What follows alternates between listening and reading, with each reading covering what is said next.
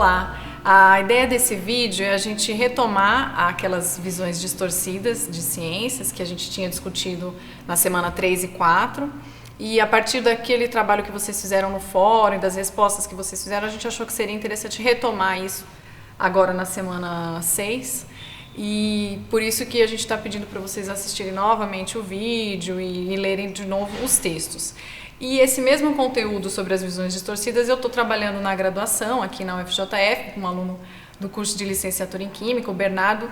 Ele se disponibilizou a ajudar a gente para fazer uma conversa com vocês, para trazer o que ele está entendendo dessas visões, e pode ser que nesse entendimento dele a gente tenha, vocês consigam se identificar e ter uma percepção parecida com a que ele está tendo. E em cima disso, do que vocês produziram e do que a gente publicou no glossário, é que eu vou redefinir, mais uma vez, cada uma dessas 7 visões.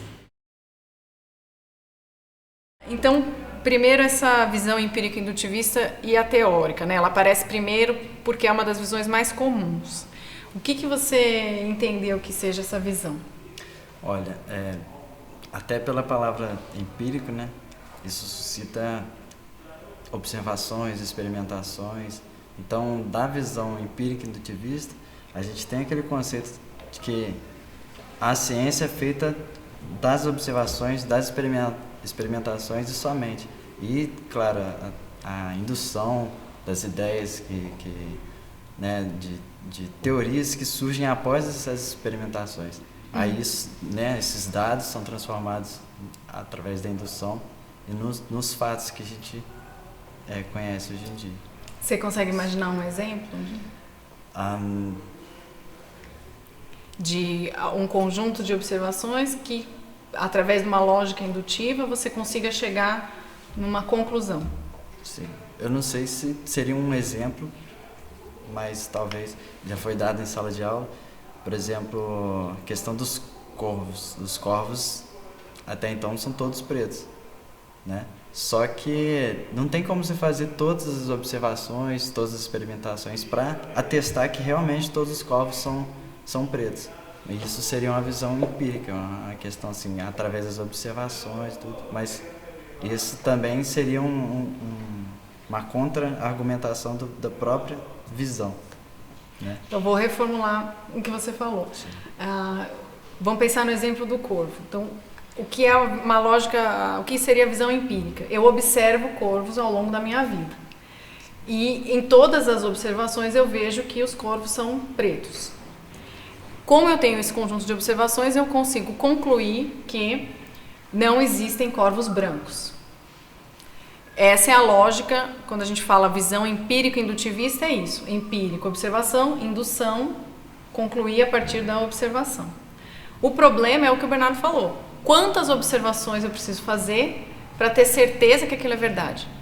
Será que é porque foi só na minha vida que eu não encontrei os corvos negros, mas que se eu talvez tivesse vivido mais tempo, ou tivesse ido para outros lugares, eu teria visto um corvo branco?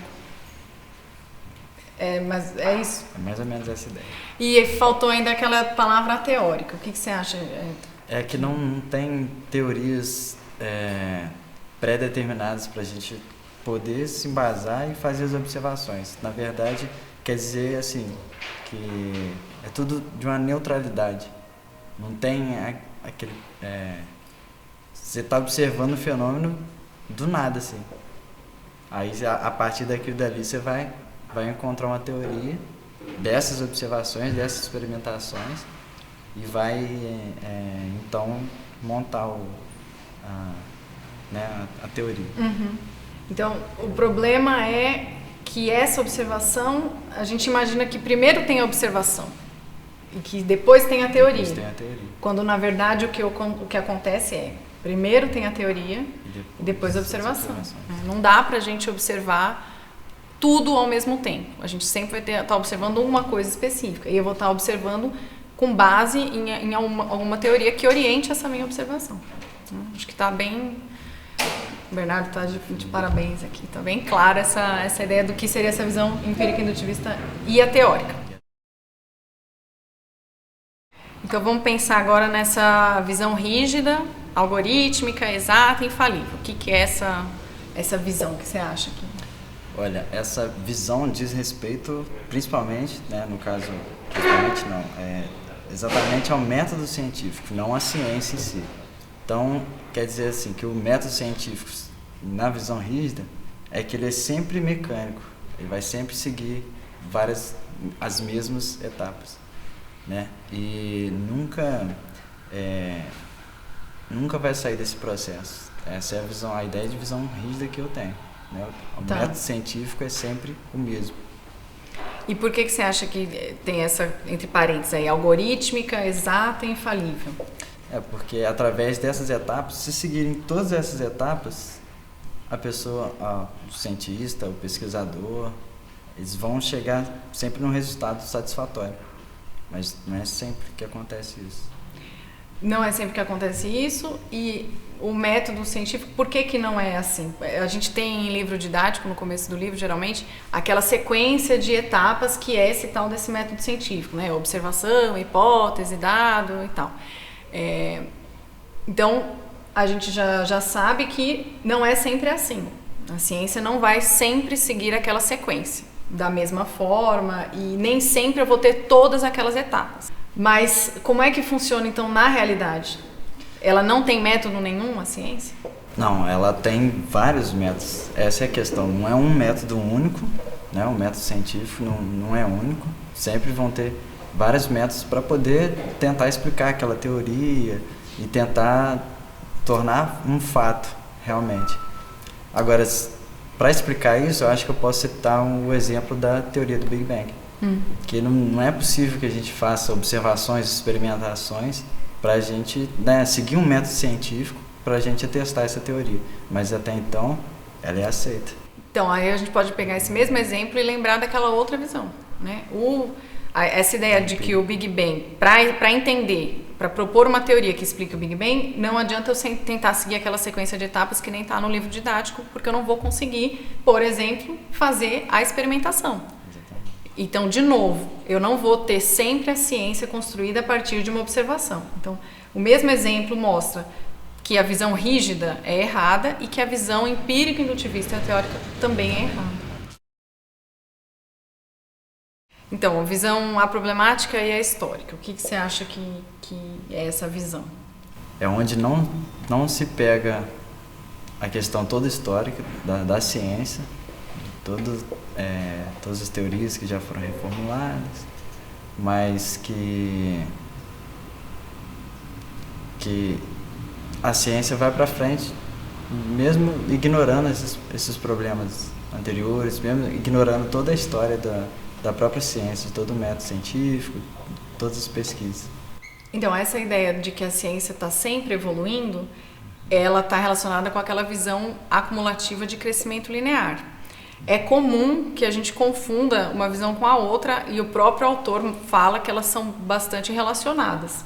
Tanto a visão problemática e a histórica quanto a visão acumulativa de crescimento linear, elas estão falando sobre o desenvolvimento histórico da ciência. Então, a ciência ela não está sempre evoluindo, ela está sofrendo rupturas. Então, tem ideias que foram completamente abandonadas e que hoje a gente não considera mais como válida.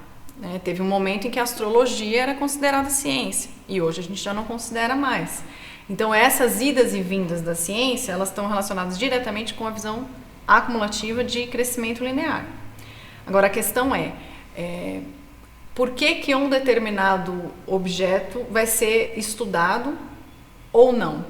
Por que eu vou ter preocupação em produzir um alimento geneticamente modificado ou não? Por que isso é importante ou não para a ciência? O que é colocado como uma questão para os cientistas? Porque a ciência é sempre uma resposta para uma questão. Mas como é que essas questões aparecem?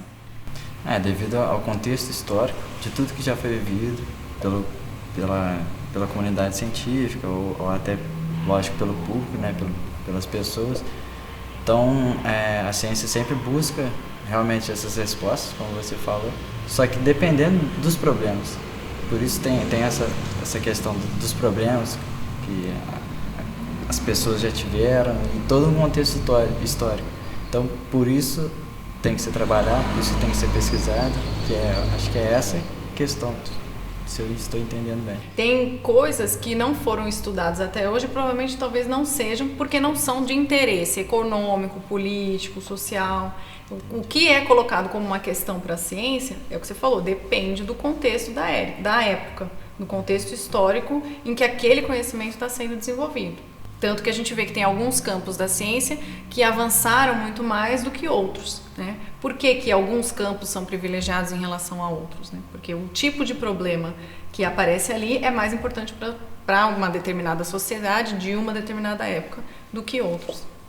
É por aí, mas embora elas sejam próximas, eu queria que vocês percebessem a diferença, né, da visão aproblemática e histórica para a visão acumulativa de crescimento linear. A problemática e a histórica vai falar diretamente de como surgem os problemas e as questões para a ciência responder. E a acumulativa de crescimento linear vai dizer que nem sempre o que a ciência descobre é mantido. Tem coisas que a ciência descobre e que acabam sendo depois abandonados. Vamos pensar um pouco agora então nessa visão descontextualizada e socialmente neutra. O que você entende que seja essa ideia?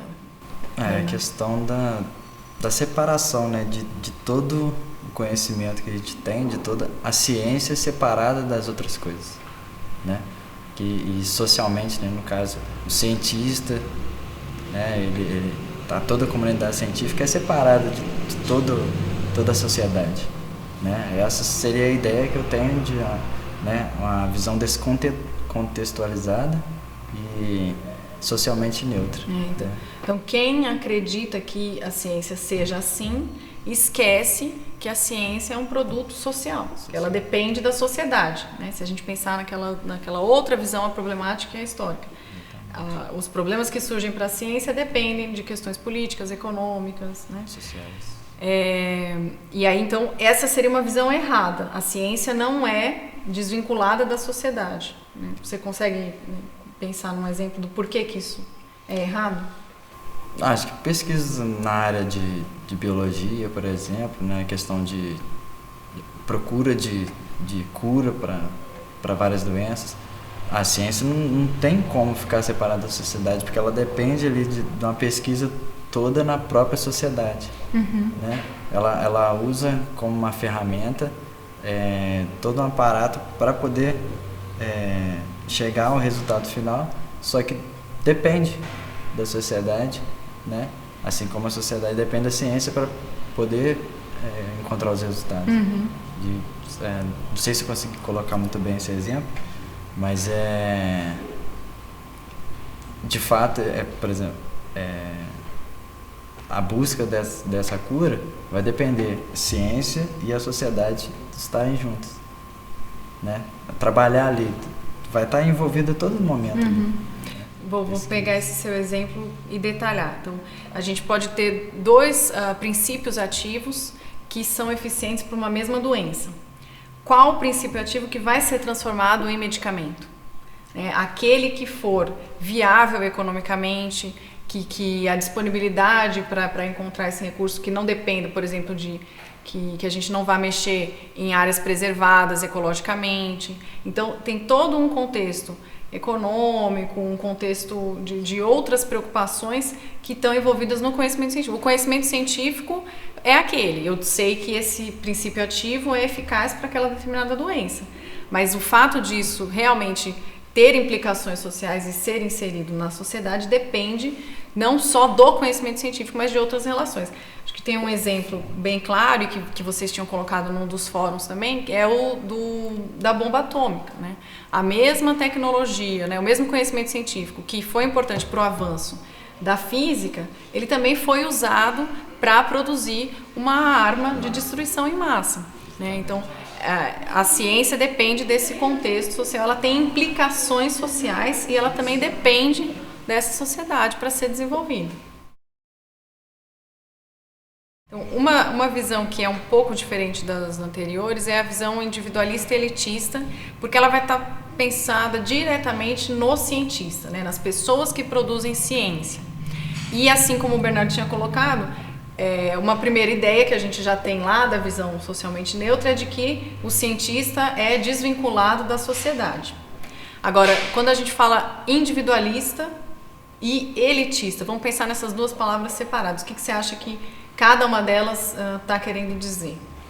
Então, igual você já chegou a falar dentro de sala de aula, essa visão individualista, elitista, quer dizer que o cientista, ele é um gênio, né? E ele vai fazer toda a pesquisa, tudo sozinho.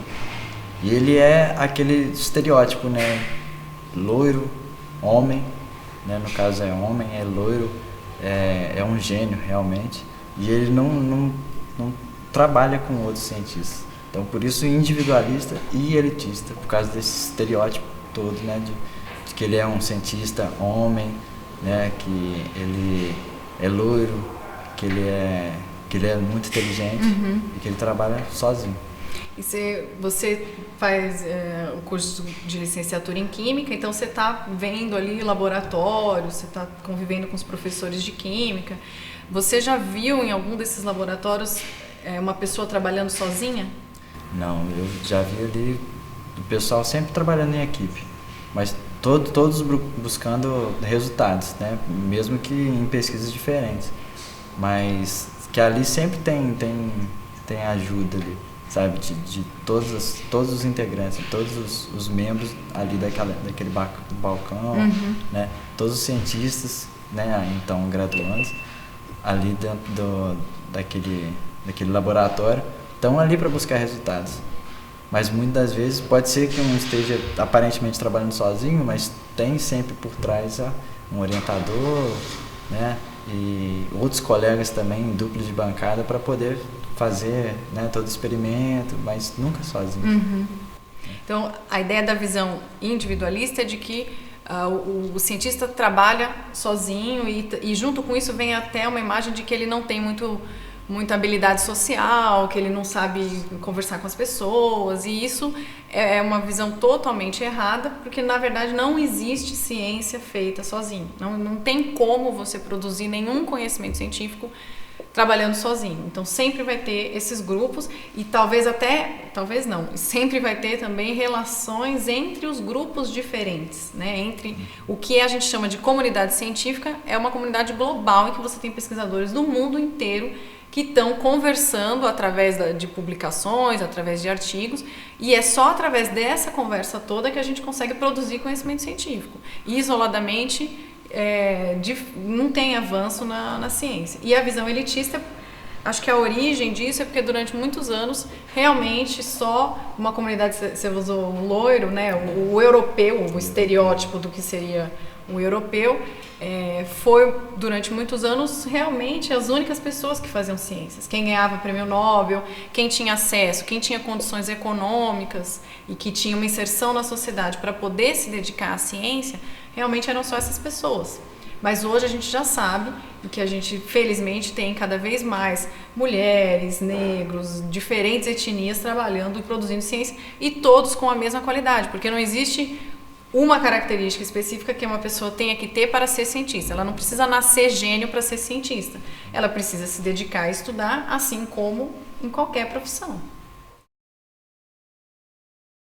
Então, a última visão que a gente vai discutir é a visão exclusivamente analítica, que é uma das visões de mais difícil compreensão. Acho que a primeira dificuldade de compreensão é exatamente a palavra analítica, né? Se a gente pegar a palavra analítica no dicionário, ela significa análise, né? A primeira ideia que você tinha pensado era essa também, né? Sim, é verdade. Analítica sempre pensa assim, vem de análise, analisar, a gente vai, de certa forma, bom, pegando por um outro lado, né, uma outra perspectiva, análise, você vai analisar realmente, mas por partes, né? Essa é a visão analítica, né? Você vai pegar ciência, vai ver por partes ali, como ela é construída, né? Como ela como o conhecimento científico ele é produzido através de partes, várias etapas, né? É isso que eu entendi. Essa visão ela está falando exatamente disso, de como o conhecimento científico é construído. E a palavra analítica, vamos tentar esquecer a análise. A palavra analítica, nesse contexto, ela tem o sentido de partes, né? A raiz ana remete à parte. Então, ela tem a ideia de que a ciência se desenvolve através de vários trabalhos isolados e pequenos e parcelares, né? Então, a gente até brinca no laboratório, o cientista estuda a ponta da agulha. Com certeza existe isso. Se eu não pensar de uma forma isolada e parcelar, eu não consigo desenvolver um experimento, eu não consigo seguir uma metodologia que me leve a um resultado. Agora, a ciência não se desenvolve apenas dessa forma. É muito mais importante o esforço que o cientista faz de reunir um conjunto de dados para que, a partir daquele conjunto de dados, ele consiga chegar a um conhecimento científico. A gente pensa não só que o estudo é feito em partes e que são partes pequenas, mas que muitas vezes também eu vou conseguir e vai ser necessário interrelacionar conhecimentos de áreas diferentes. Então, para chegar a uma teoria científica, eu preciso não só de vários resultados parcelares, mas de resultados de áreas diferentes para que, percebendo que esse conjunto de resultados é coerente, eu consiga formular uma teoria. Pensando nessa perspectiva, você consegue imaginar um exemplo de como o desenvolvimento científico ele não é só ele não se dá apenas através de trabalhos isolados e parcelares? Eu acho que sim. Tem a questão, por exemplo, da tabela periódica. Vários cientistas... O que é a tabela periódica? A tabela periódica, na verdade, não é lembra. Uma organização, são todos os elementos químicos já conhecidos, átomos, né? E eles são organizados de acordo com o número atômico, dividido por períodos, tudo direitinho. De acordo com as suas propriedades. Exatamente, tá. Exatamente. Mas que, como ela foi construída, vários cientistas foram descobrindo os átomos, Só que... Diferentes elementos químicos. Os diferentes elementos químicos. Mas que uma pessoa, Mendeleev no caso, ele organizou todos esses átomos, todos esses elementos químicos numa tabela, de acordo com as propriedades químicas. Ele mesmo não chegou a descobrir nenhum elemento. Então... Ele só... Então, vamos pensar até na questão da observação e da experimentação. Ele não fez experimento nenhum, mas ele organizou um conjunto de dados e percebeu uma coerência entre aquele conjunto de dados. Então, a partir das propriedades dos elementos químicos foi que ele conseguiu definir essa tabela, que continua válida até hoje, já 1800 aproximadamente, mas continua válida até hoje. Então, o trabalho que o Mendeleev fez é um trabalho não analítico, é um trabalho de organização, de procurar uma coerência global entre um conjunto de dados. Então, a ciência se desenvolve também dessa forma. E muitas vezes esse tipo de desenvolvimento acaba sendo até mais importante do que os trabalhos isolados, Ele tem uma relevância em termos de avanço do conhecimento científico maior do que os trabalhos isolados. Então, para fechar e organizar a questão das visões que a gente discutiu, é interessante que a gente perceba que existam relações entre elas e que elas vão estar se referindo a aspectos diferentes da ciência. Então, um primeiro grupo de visões que a gente poderia pensar são aquelas que se preocupam com o processo de produção do conhecimento científico. Então, através de qual metodologia que o conhecimento científico é produzido. E existem duas visões que estão relacionadas diretamente com isso, que é a visão empírica indutivista e a teórica, e a visão rígida. Então, as duas visões estão preocupadas com o processo de produção do conhecimento científico. Depois a gente tem visões que estão relacionadas mais diretamente com o desenvolvimento histórico da ciência. Então, olhando para trás e pensando na história da ciência, como é que ela se desenvolve. Então, a gente tem a visão acumulativa de crescimento linear, a visão descontextualizada e socialmente neutra, a visão aproblemática e a histórica, Então, basicamente, essas quatro estão preocupadas com o desenvolvimento histórico. Mas se a gente pensar na visão socialmente neutra, de alguma forma ela também está falando do cientista. Ela está pensando em o quanto esse cientista está desvinculado da sociedade. Então, a pessoa do cientista é o objeto dessa visão socialmente neutra, mas também da visão individualista e elitista. Então, existem esses subgrupos, A gente poderia pensar de visões. E, como vocês perceberam, na fala do Bernardo, é muito comum que a gente misture. A ideia é que exista mesmo uma relação entre essas visões, né? Então elas estão próximas, mas num primeiro momento é interessante que a gente consiga estabelecer quais são as diferenças entre elas, lembrando que existe diálogo, né? Elas, por exemplo, como eu acabei de mostrar, em alguns momentos elas vão estar falando da mesma coisa. Então, a ideia desse vídeo era tentar deixar mais claro cada uma dessas visões e complementar aquele material e todos os outros textos e vídeos que a gente já tinha trabalhado, né? Eu espero que tenha ajudado, queria agradecer muito ao Bernardo por ter colaborado, espero que vocês tenham gostado desse vídeo e que vocês consigam ter bastante clareza do que são essas visões, porque elas vão ser muito importantes para a continuidade do curso e também para a prática de vocês como professores.